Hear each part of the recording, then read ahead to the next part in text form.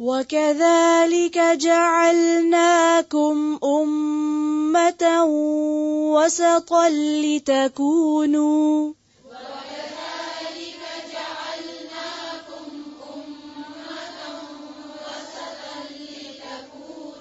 پھر سے پڑھیں، دیکھیں زیر کو باریک کریں.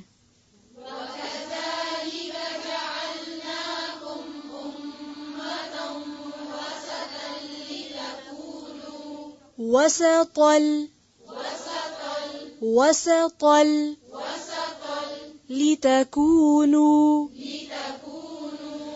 لتكونوا شهداء على الناس ويكون الرسول عليكم شهيدا.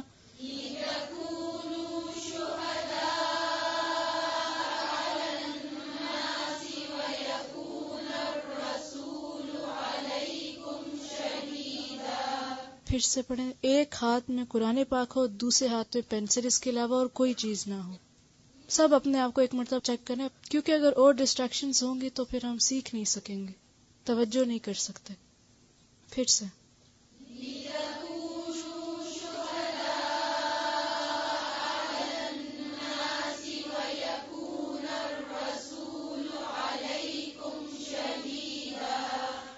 وَمَا جَعَلْنَا الْقِبْلَةَ الَّتِي كُنْتَ عَلَيْهَا إِلَّا لِنَعْلَمَ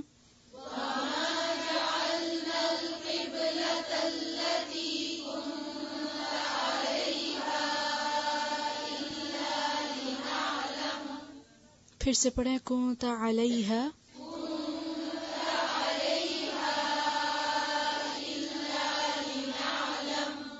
وقف کیسے کریں گے؟ إِلَّا لِنَعْلَمَ مَن يَتَّبِعُ الرَّسُولَ مِمَّن يَنقَلِبُ عَلَى عَقِبَيْهِ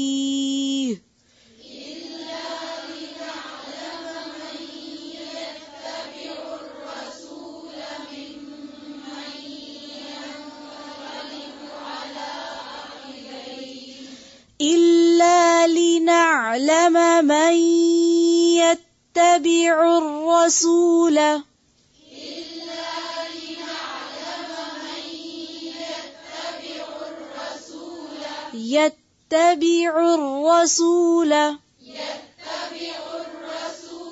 مِمَّن يَنقَلِبُ عَلَى عَقِبَيْهِ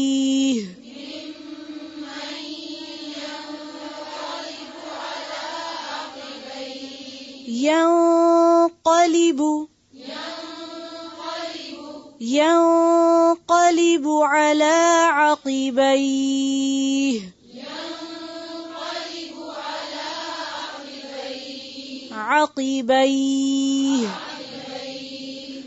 وَإِن كَانَتْ لَكَبِيرَةً إِلَّا عَلَى الَّذِينَ هَدَى اللَّهُ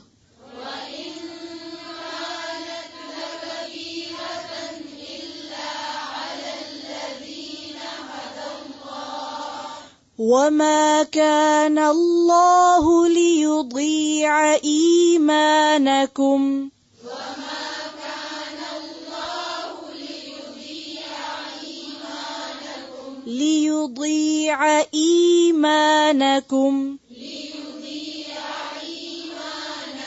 پہلے عین ہے پھر حمزہ ہے. لِيُضِيعَ إِيمَانَكُمْ. اب جیسے اگر یہ مشکل لگ رہا پڑھنا تو اس کو بھی مارک کر لیں. لِيُضِيعَ إِيمَانَكُمْ وَمَا كَانَ اللَّهُ لِيُضِيعَ إِيمَانَكُمْ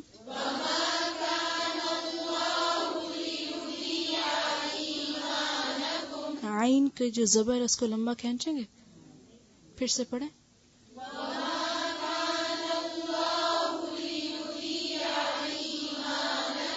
پھر سے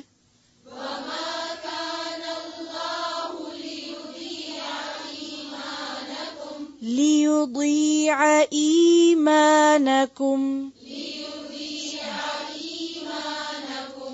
إِنَّ اللَّهَ بِالنَّاسِ لَرَءُوفٌ رَحِيمٌ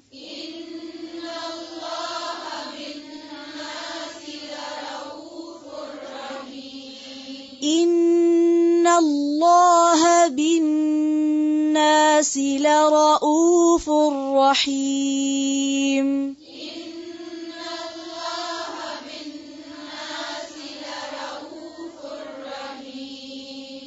بالناسی کہ بالناسا ہے، بالناسی سب پڑھ رہے ہیں یا خاموش بیٹھے ہیں کچھ لوگ؟ پھر سے ان اللہ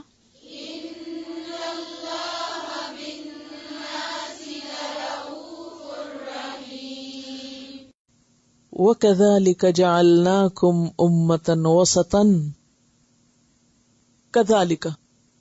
كَذَلِكَ بھی کا اور ذالکا اکٹھا ہو چکا ہے اس میں. دیکھیے ذرا لفظ کو، کذالکا کا کاف الگ کر دیں تو باقی کیا رہ جاتا ہے؟ تو کا کیا مطلب ہوتا ہے؟ مانند. اور ذالکا کا کیا معنی ہوتا ہے؟ یہ. تو کذالکا اس کی مانند، اسی طرح. جعلناکم بنایا ہم نے تم کو، کس کو؟ مسلمانوں کو. کیا بنایا؟ امتن، امت. وسطن، وسط کا لفظ جو ہے درمیانی کو کہتے ہیں. تعداد، فاصلے یا مقدار کے لحاظ سے کسی چیز کا درمیانی حصہ. مثلا یہ میز ہے، اگر یہ 6 فٹ کا ہے مثال کے طور پر، تو اس کا درمیان کہاں ہوگا؟ 3 ادھر اور 3 ادھر، اور اس کے بیچ کی لائن جو ہوتی ہے وہ درمیان کا حصہ ہوگا. یعنی آدھا آدھا یہاں سے اس کو نصف ہم کر سکتے ہیں، وہ درمیانی حصہ ہوتا ہے. اسی طرح مقدار، مثلا آپ کے پاس 7 کتابیں ہیں تو درمیانی کتاب کون سی ہوگی؟ 3 ادھر اور 3 ادھر، تو جو درمیان کی ہے وہ مقدار ہو گئی. یعنی تعداد یا فاصلہ یا مقدار. تو ہر چیز کی درمیانی جگہ، مثلا یہ 3 کرسیاں رکھی ہوئی ہیں تو ان میں سے درمیانی کون سی ہے؟ جو 2 کے بیچ میں. ٹھیک ہے، سمجھ گئے نا آپ؟ ہر چیز کی درمیانی جگہ. یہ مادی اور مانوی دونوں طرح استعمال ہوتا ہے. مراد یہ ہے کہ چیزوں کے لیے بھی وسط استعمال ہوتا ہے، اور وہ چیز جو نظر نہ آئے اس میں بھی استعمال ہوتا ہے. مثلا ٹیمپریچر آپ کو نظر تو نہیں آتا، لیکن آپ صرف محسوس کرتے ہیں. تو آپ کہتے ہیں آج ماڈریٹ ہے، درمیانہ ہے. اسی طرح زندگی میں، سوچ میں معتدل رائے والا ہونا. تو امت درمیانی ہے. کس کے اور کس کے درمیان ہے؟ اس کے دونوں معنی ہوں گے. معتدل بھی، یعنی معتدل سوچ والی، ایکسٹریمسٹ نہیں، یعنی افراط اور تفریط سے خالی ہیں، معتدل سوچ والے. لیکن سفہا کیا کہتے ہیں کہ آپ کیا ہیں؟ ایکسٹریمسٹ ہیں. کیوں کہتے ہیں؟ دونوں طرف مشکل ہے. کچھ مس انڈرسٹینڈنگ بھی ہے، ناسمجھی بھی ہے، اور کچھ رویے بھی مسلمانوں کے اپنے اصل سے ہٹے ہوئے ہیں. جو کہا گیا کرنے کو وہ کرنے کے بجائے کچھ اور کرتے رہتے ہیں. تو مانوی اعتبار سے بھی معتدل امت بنایا اللہ نے ہمیں، اور فزیکلی بھی یا حصی اعتبار سے بھی ہم پیغمبر علیہ السلام اور باقی دنیا کے بیچ میں کیا ہیں؟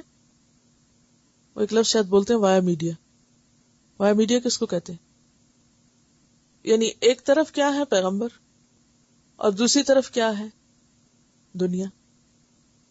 پیغمبروں کا سلسلہ حد لگ گئی، ختم ہو گیا، اور اب انسانیت کو ہدایت کی ضرورت ہے. تو پھر اب یہ رول کون پلے کرے گا؟ امت مسلمہ. ٹھیک ہے، تو یہ بیچ میں کھڑی ہے امت. پیغمبر کی تعلیم ادھر سے لے اور ادھر اقوام عالم کو دے. ٹھیک ہے، تو یہ ہے امتن وسطن. لتکونوا، تاکہ تم ہو جاؤ. کون ہو جائیں؟ مسلمان. کیا ہو جائیں؟ شہداء، گواہ. علی الناس، لوگوں پر. تاکہ تم سب ہو جاؤ لوگوں پر گواہ. لوگوں سے مراد اقوام عالم ہے، تمام انسان، یعنی حق کی گواہی دینے والے. وَيَكُونَ الرَّسُولُ، اور ہوں رسول. کون رسول؟ رسول اللہ صلی اللہ علیہ وسلم. علیکم، تم پر، شہیدن، گواہ. رسول نے پیغام تم تک پہنچا دیا اور اب تمہیں کیا کرنا ہے؟ آگے پہنچانا ہے. تو ایک طرف الناس ہے اور ایک طرف الرسول ہے اور بیچ میں امتن وسطن ہے. آگے ترتیب سمجھ. وما جعلنا، اور نہیں بنایا ہم نے، القبلۃ، اس قبلے کو، التی کنت علیہا، جس پر تو تھا. کس پر تھے آپ؟ بیت المقدس. الا، مگر، یعنی اصل قبلہ تو آپ کا خانہ کعبہ ہی تھا. یہ جو بیچ میں آپ کو بیت المقدس پر قائم رکھا، یہ کس لیے تھا؟ لنعلم، ایک ٹیسٹ کے لیے تھا، تاکہ ہم جان لیں من، کون، یتبع، پیروی کرے گا، الرسول، رسول کی. کس رسول کی؟ نبی صلی اللہ علیہ وسلم کی. یہ تو لوگوں کا ایک ٹیسٹ تھا. ممن، ان سے جو، ینقلب، لوٹ جائیں. ینقلب کا روٹ کیا؟ قاف لام بے. قلب کا کیا مطلب ہے؟ الٹ پلٹ ہونا، الٹا جانا، یعنی جو الٹا چلا جائے. علی عقبیہ، اوپر اپنی دونوں ایڑیوں کے. عقبی جو ہے یہ عقب سے ہے، عین قاف بے، کسی چیز کا پچھلا حصہ. تو پاؤں کا پچھلا حصہ کیا کہلاتا ہے؟ عقب، ایڑی. تو عقبین، دو ایڑیاں، یعنی دونوں ایڑیوں پر، یعنی الٹے پاؤں پھرنا جسے اردو میں کہتے ہیں آپ، الٹے پاؤں پھر جائے. اور یہ جو اتباع کا لفظ ہے نا، یہ تے بے عین سے ہے، تبع، پیروی کرنا. اب آپ دیکھیے کہ سورۃ البقرہ میں مختلف لوگوں کا ٹیسٹ ہوا ہے. سب سے پہلا ٹیسٹ کس کا تھا؟ آدم علیہ السلام کا تھا نا. کیا ٹیسٹ تھا؟ کس چیز سے آزمائے گئے تھے؟ اس پھل سے، شجرہ سے. وَلَا تَقْرَبَا هَٰذِهِ الشَّجَرَةَ. پھر بنی اسرائیل کا ٹیسٹ تھا. کیا؟ گائے کے ساتھ کہ کیا کرتے ہیں. اس کے بعد ابراہیم علیہ السلام کا ٹیسٹ تھا. کیا تھا؟ چند کلمات کے ساتھ. اس کے بعد مسلمانوں کا ٹیسٹ ہے، امت وسط کا ٹیسٹ ہے. کیونکہ جب تک کوئی ٹیسٹ پاس نہ کرے تو امامت کا درجہ نہیں ملتا، وہ چنا نہیں جاتا. تو اس لیے ٹیسٹ سے بھاگا نہیں کرے، گھبرایا نہیں کرے. ٹیسٹ ضروری ہے. ہم تو دنیا میں بھیجے بھی کس لیے گئے؟ ٹیسٹ، امتحان. خلق الموت والحیات لیبلوکم. اور ہم نے کیا سمجھ رکھا ہم کس لیے آئے یہاں؟ ہم کیا سوچتے ہیں ہم کس لیے آئے؟ سیر و تفریح کے لیے، زیادہ کمائیں، اچھا کھائیں، اچھا پیئیں، اچھی طرح زندگی بسر کریں. ہم تو یہ سمجھے ہوئے ہیں. جبکہ اللہ تعالیٰ نے ہمیں کس لیے پیدا کیا؟ امتحان کے لیے. اور اس میں آپ دیکھیے کہ ہر لمحہ ہی امتحان ہو رہا ہے. کسی چیز کا ملنا بھی امتحان اور کسی چیز کا چھننا بھی امتحان. دیکھا یہ جائے گا اب یہ کرتا کیا ہے. جب ایسی کوئی چیز بظاہر سامنے آتی ہے تو عموماً ہمارا ایک ٹیسٹ ہوتا ہے. اب ہم کیا گفتگو کرتے ہیں، ہمارا ری ایکشن کیا ہوتا ہے. کیا ہم مسئلے کی تہہ تک جاتے ہیں یا ہم صرف ظاہری نوعیت کو دیکھتے ہیں، مسئلے کی ظاہر کو صرف دیکھتے ہیں کہ اس کو مل گیا، اس کو نہیں ملا، لہذا اس پہ ظلم ہے اور اس کے ساتھ فیور کیا گیا.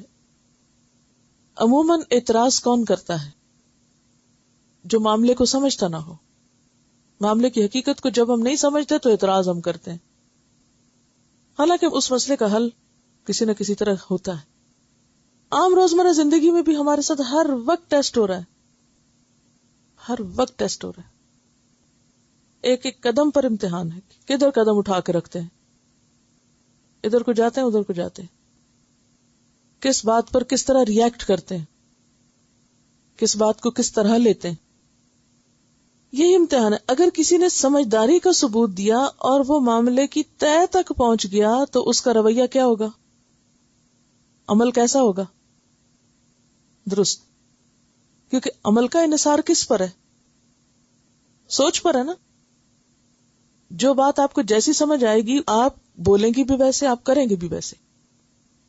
لہذا صحیح عمل کے لیے بے حد ضروری ہے کہ آپ کی سوچ صحیح ہو. جس شخص کی سوچ پازیٹو ہوگی وہ ہر چیز کو ایک اور نگاہ سے دیکھے گا، اور جس کی سوچ پازیٹو نہیں ہوگی وہ چیزوں کو دوسری نگاہ سے دیکھے گا. تو یہ نقطہ نظر کا فرق ہے، سوچ کا فرق. یہ سوچ کے فرق میں ایک چھوٹی سی کہانی ہے. One day, a father of a very wealthy family took his son on a trip to the country with the firm purpose of showing his son how poor people live. They spent a couple of days and nights on the farm of what could be considered a very poor family. On their return from their trip, the father asked his son, "How was the trip?" "It was great, Dad." "Did you see how poor people live?" the father asked. "Oh yes," said the son. "So tell me, what did you learn from the trip?" asked the father. The son answered, "I saw that we have one dog and they had 4. We have a pool that reaches to the middle of our garden and they have a creek that has no end. We have imported lanterns in our garden and they have the stars at night. We have a small piece of land to live on and they have fields that go beyond our sight. We need servants to serve us, but they serve others. We buy our food, but they grow theirs. We have walls around our property to protect us. They have friends to protect them." The boy's father was speechless. Then his son added, "Thanks, Dad, for showing me how poor we are." تو یہ ہے سوچ کا فرق. ایک ہی چیز ایک انسان کو ایک طرح دکھائی دیتی ہے اور دوسرا شخص اپنی مثبت سوچ کی وجہ سے اس کو بالکل اور طرح دیکھتا ہے. اور یہی ہمارا امتحان ہے. اور شیطان کہاں سے آتا ہے پتہ ہے آپ کو؟ کہاں سے آتا ہے شیطان؟ وسوسوں سے. آدم علیہ السلام کو اس نے کہاں سے پکڑا؟ کہاں سے آیا؟ وسوسوں سے. سوچ پہ حملہ کیا، سوچ بدل دی. نہیں تمہارے رب نے کوئی نہیں منع کیا اس سے، وہ تو اس کا اصل مقصد یہ نہیں، یہ ہے. اور وہ غلط فہمی میں اس درخت تک پہنچ گئے. لیکن اینڈ ریزلٹ کیا ہوا؟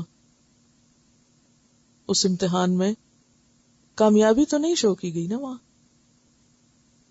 دنیا میں اگر ہم بھی چیزوں کو اس کے صحیح پرسپیکٹو میں نہیں دیکھیں گے، جیسی ہیں ویسی نہیں دیکھیں گے، اور خود ساختہ سوچ یا اپنے مخصوص ٹنل ویژن جس کو کہتے ہیں، یا مخصوص قسم کی اینک سے چیزوں کو دیکھیں گے تو اس کا نتیجہ کیا ہوگا؟ صحیح چیز نہیں پا سکیں گے. تو اسی لیے قرآن پڑھتے وقت ہمیں کیا کہا گیا؟ اعوذ باللہ من الشیطان الرجیم. شیطان کو ہٹا کے، سارے وسوسوں کو دور کر کے، سارے تعصبات کو ایک طرف کر کے، کھلے دل اور کھلی نظر کے ساتھ حق کی دعا مانگ کے کہ اللہ ہمیں سیدھا راستہ دکھا، پھر اس کتاب تک آؤ، ورنہ یضل بہ کثیرا ویہدی بہ کثیرا. ایک ہی چیز بہت سے لوگوں کے لیے ہدایت کا ذریعہ بن جاتی ہے، اور وہی چیز بہت سے لوگوں کو بھٹکانے کا ذریعہ بن جاتی ہے. تو کتنی بدقسمتی ہو سکتی کسی انسان کی کہ وہ صحیح بات سمجھنے کی بجائے الٹ سمجھ کر اپنے ٹیسٹ میں فیل ہو جائے. تو جب ہم کسی چیز کو صرف سرسری نظر سے دیکھتے ہیں اور غور نہیں اس میں کرتے تو اس سے بھی فرق پڑ جاتا ہے. تو دین کا معاملہ یعنی قرآن کا معاملہ، یہ جو ہم پڑھتے ہیں، یہ صرف سرسری پڑھنے کا معاملہ نہیں ہے. اس میں غور و فکر اور تدبر اسی وجہ سے ضروری ہے تاکہ ہم اصل چیز تک پہنچے. اور اس کے لیے سب سے اہم چیز جو کاؤنٹ کرتی ہے وہ انسان کی اپنی نیت، ارادہ اور تڑپ ہے کہ اللہ تو مجھے صحیح چیز دکھا. اور جب انسان اللہ سے مانگتا ہے صحیح چیز تو اللہ دکھا دیتا ہے، وہ اسے وہاں تک پہنچا دیتا ہے. حضرت سلمان فارسی کی زندگی ہو یا حضرت ابراہیم کی زندگی ہو یا اور صحابہ کی زندگی ہو، جس نے چاہا اس نے پا لیا. تو پھر اصل بات آپ کے اندر ہے، آپ کیا چاہتے ہیں. تب آپ دیکھیے کہ امتحان تو سب کا ہی امتحان تھا. وہ ان کانت اور بے شک ہے. بے شک میں نے ان کا ترجمہ کیوں کر دیا؟ اس لیے کہ بعد میں لا آ رہا ہے، کبیرتن کے ساتھ لا لکھا ہوا ہے. یہ جو لا ہے یہ لام تاکید جس کو بولتے ہیں، یعنی تاکید کا لام. تو جب لا آتا ہے ان کے بعد تو مانا ان کا بے شک ہو جاتا ہے، اس میں جزم آ جاتا ہے. اور بے شک ہے البتہ بھاری، گراں، شاق، یعنی یہ حکم پر عمل کرنا. الا مگر، الذین ان لوگوں پر، یعنی کچھ بھی بھاری نہیں، حد اللہ جنہیں اللہ نے ہدایت دی ہو. ہدایت یافتہ لوگوں کے لیے اللہ کے حکم پر عمل کرنا کچھ مشکل نہیں. وما کان اللہ، اور نہیں ہے اللہ، لیضیع کہ ضائع کر دے. یضیع ضاد یہ عین سے ہے، ضائع کر دے ایمانکم تمہارے ایمان کو. ایمان ویسے تو کہتے ہیں اللہ کو مان لینا، لیکن صرف اللہ کو یا اللہ تعالیٰ کی کتاب اور رسولوں کو ماننا نہیں بلکہ ان پر عمل کرنا بھی ایمان میں شامل ہے. احکامات الہی پر عمل کرنا بھی ایمان کا حصہ ہے، وہ بھی ایمان میں ہی داخل ہے. یہاں ایمان سے مراد نماز ہے، وہ نمازیں مراد ہیں یہاں جو لوگوں نے بیت المقدس کی طرف منہ کر کے پڑھی تھی، کہ ان نمازوں کا کیا بنا. فرمایا اللہ تعالیٰ ایسا نہیں کہ تمہارے ایمان ضائع کر دے، یعنی تمہاری نمازیں ضائع کر دے. ان اللہ، کیونکہ اللہ تعالیٰ بالناس لوگوں کے ساتھ، لرؤوف البتہ شفقت کرنے والا، رحیم مہربان ہے. رؤوف کا روٹ ہے رے حمزہ فے، کسی سے تکلیف دور کرنے کے لیے اس پر مہربانی کرنا. ایک تو بتایا کہ یہ اعتراض تو ہوں گے، اعتراض ہوتے رہیں گے، کوئی راضی نہیں ہوگا تم سے، اور اعتراض کرنے والے خود نہ سمجھ ہے. تبدیلی کیوں کی گئی، اب اس کی وجہ بتائی جا رہی. ایک تو پیچھے بتا دی گی نا کہ آزمائش تھی، وہ تو ایک طرف، لیکن اہم وجہ وَكَذَلِكَ جَعَلْنَاكُمْ أُمَّةً وَسَطًا، یہ اسی طرح ہے جیسے ہم نے تم کو امت وسط بنایا. یعنی خانہ کعبہ کو قبلہ بنانے کی غرض، مقصد کیا ہے؟ جیسے وہ جگہ دنیا کی ایک سینٹرل پلیس ہے، اگر نقشے میں بھی آپ دیکھیں تو وہ دنیا کا مرکز بنتا ہے، یعنی وسط بنتا ہے. تو یہ اسی طرح ہے جیسے تم بھی امت وسط ہو، تم بھی اقوام عالم میں مرکزی کردار ادا کرو گے.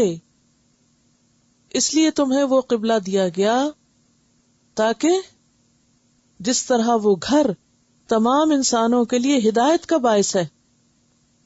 وہ پہلا گھر کس لیے تعمیر کیا گیا تو قرآن پاک میں کیا بتایا گیا؟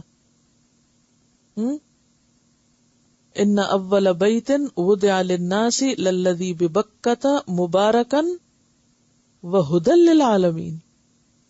سورۃ آل عمران آیت 96 میں کیا بتایا گیا کہ گھر کی مرکزی حیثیت کس لیے ہے؟ کہ لوگوں کے لیے ہدایت کی جگہ ہے، وہ ہدایت کا مقام ہے. تو اسی طرح تمہیں امت وسط بنایا گیا تاکہ تم بھی اقوام عالم کے لیے کیا بنو؟ ہدایت کا ذریعہ بنو. وَكَذَلِكَ جَعَلْنَاكُمْ أُمَّةً وَسَطًا لِتَكُونُوا، تاکہ تم ہو جاؤ کون؟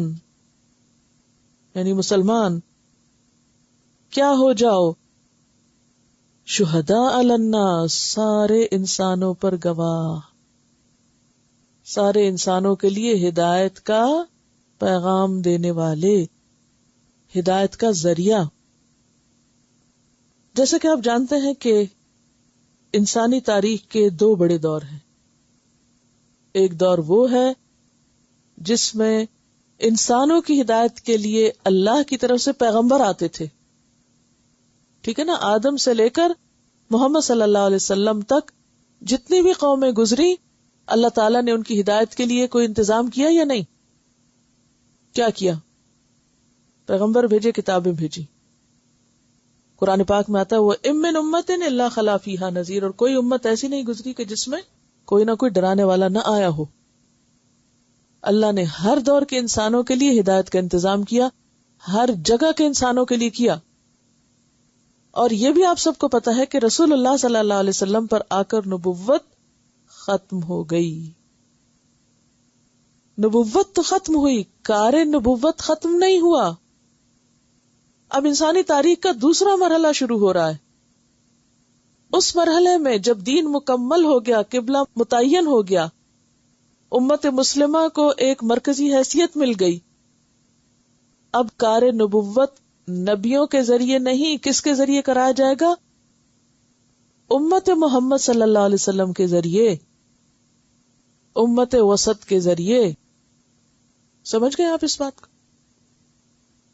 اب انسانوں کی ہدایت کے لیے نبی نہیں آئیں گے، یہ کام کس کو کرنا ہے؟ امت وسط کو کرنا ہے. وَكَذَلِكَ جَعَلْنَاكُمْ أُمَّةً وَسَطًا لِتَكُونُوا شُهَدَاءَ عَلَى النَّاسِ. پچھلی قوموں کے لیے، پچھلی نسلوں کے لیے پیغمبر آتے تھے، اگلی نسلوں کے لیے. اب میں نے وسط کا کیا معنی بتایا تھا؟ درمیان. اب آپ دیکھیے، یہ درمیان میں امت وسط، امت وسط درمیان میں، پیچھے والوں کے پاس کون آیا؟ اب آگے والوں کے لیے امت وسط. تو یہاں سے اپنا کام شروع کر رہی ہے رسول اللہ صلی اللہ علیہ وسلم کی وفات کے بعد سے. دین مکمل، کتاب محفوظ، کتاب تبدیل نہیں ہوگی، سیرت رسول محفوظ، کوئی اس کو چینج نہیں اب کر سکتا. اتنے اوتھینٹیکیٹڈ ذرائع سے ہر چیز کلیئر کٹ ہمارے پاس پہنچی ہوئی ہے. اب صرف کرنے کا کام کیا ہے کہ اس ورثے کو، یہ لیگیسی ہے ہماری، اس ورثے کو جو ہم نے پیغمبر سے لیا، ہمیں کیا کرنا ہے؟ آگے دینا ہے. چاروں طرف دنیا کے پورے گلوب پر، پورے انسانوں تک اس کو پہنچانا ہے. یہ ہماری سب سے نمبر 1 اور بڑی ضرورت ہے. اگر ہم کہتے ہیں کہ ہم امت محمد ہیں، اگر ہماری نسبت ہے آپ کے ساتھ اور ہم اس پہ خوش ہیں، بہت بڑا یہ کریڈٹ ہے جو ملا ہے.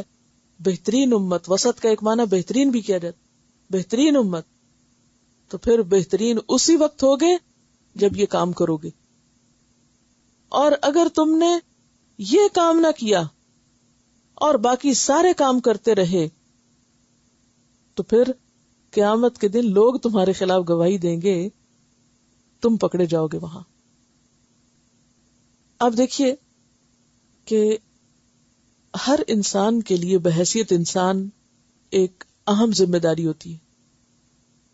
اگر وہ انسان اس ذمہ داری کو نہ ادا کرے اور باقیوں کو کرتا رہے تو پھر اس کو انعام نہیں دیا جا سکتا. کوئی مثال لائیے. آپ دیکھیں کہ شادی کرنے کا مقصد عموماً کیا ہوتا ہے؟ ایک گھر بنایا جائے اور بچے ہوں، گھر آباد ہو، آگے نسل چلے، یہ نہیں؟ یہ ایک بنیادی مقاصد میں سے ہے نا. اب اگر ایک شخص شادی کرتا ہے اور بیوی کہتی ہے کہ نہ میں نے رہنا ہے تمہارے گھر اور نہ بچے پیدا کرنے، تو پھر وہ کہے گا ٹھیک ہے تم میری بیوی ہو، جہاں چاہو رہو اور جو چاہو کرو، ہاں میں تمہیں خرچہ بھیجتا رہوں گا کیونکہ تم اب میری بیوی ہوگی نکاح کے بعد. نہیں، دینا چاہیے اس کو، وہ بیوی جو ہے اس کی انعام ملنا چاہیے، ٹھیک ہے نا؟ نہیں، اب آپ سب کہیں گے کہ نہیں وہ تو کوئی فرض ہی ادا نہیں کرتی، نہ وہ گھر آباد کر رہی ہے نہ وہ بچے پیدا کر رہی ہے، لیکن وہ کہتی ہے میں بیوی ہوں تمہاری کیونکہ نکاح کیا ہوا تم نے مجھ سے، اور نہ وہ حقوق زوجیت ادا کرے، نہ شوہر کا حق دے، نہ ماں بننا چاہے نہ شوہر کا حق دے، نہ گھر آباد کرے نہ گھر کا کوئی کام کرنا چاہے، لیکن بیوی اس کی رہنا چاہے اور اس سے مال متاع لینا چاہے، فائدے اٹھانا چاہے. ناممکن سی بات ہے نا؟ یہ گاڑی چل سکتی ہے؟ پھر ایسا تعلق کبھی چل سکتا ہے؟ نہیں چل سکتا. اب ہمارا امت مسلمہ کا حال کیا؟ کوئی ڈیوٹی ہم نہیں کریں گے جو بحیثیت امت ہماری، ویسے ہم جو چاہیں کریں، عالی شان عمارتیں بنائیں، بڑے بڑے کارنامے کریں، لیکن یہ کام نہیں ہم کر سکتے کیونکہ ہم مصروف ہیں. میں ایک ڈاکٹر ہوں، ساری زندگی مجھے پڑھنے پڑھانے اور مریضوں سے فرصت نہیں ملتی، میں یہ کام کب کروں؟ کوئی کہتا ہے میں ڈاکٹر ہوں، کوئی کہتا ہے میں انجینئر ہوں، کوئی کہتا ہے میں طالب علم ہوں، کوئی کہتا ہے میں تو ایک گھر کی خاتون خانہ ہوں. ہر کوئی مصروف ہے اور سب چلے جا رہے ہیں اپنی زندگی میں. تو یہ کام جب تم نے نہیں کیا تو پھر تمہیں اللہ کے ہاں کتنا بڑا انعام ملنا چاہیے. جس کام کے لیے اللہ نے تمہیں اتنی عزت دی تم نے وہی کام نہیں کیا. آپ کو پتا بنی اسرائیل سے امامت کیوں لی گئی؟ کیونکہ انہوں نے وہ کام نہیں کیا جس کے لیے انہیں چنا گیا تھا. تو نتیجہ کیا ہوا؟ وہ شان و شوکت لے لی گئی. تو اسی طرح اگر آج امت مسلمہ یہ کام نہیں کرتی تو قیامت کے دن پوچھ نہ ہوگی. آپ دیکھیے بائبل میں ایک عبارت آتی ہے، چیپٹر ہے حجی یا حجی، مجھے اس کا پروننسیشن نہیں آتا کیونکہ میں نے بائبل براہ راست کسی سے نہیں پڑھی. تو جیسے حاجیز لکھتے نا، ایسے الف کے بغیر حجی یا حجی.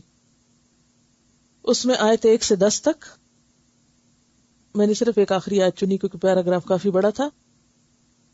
نبی حجی ہیں، وہ آ کے اللہ کا پیغام دیتے ہیں بنی اسرائیل کو کہ رب الافواج فرماتا ہے کیوں، یعنی میں تم سے کیوں ناراض ہوں؟ اس لیے کہ میرا گھر ویران ہے اور تم میں سے ہر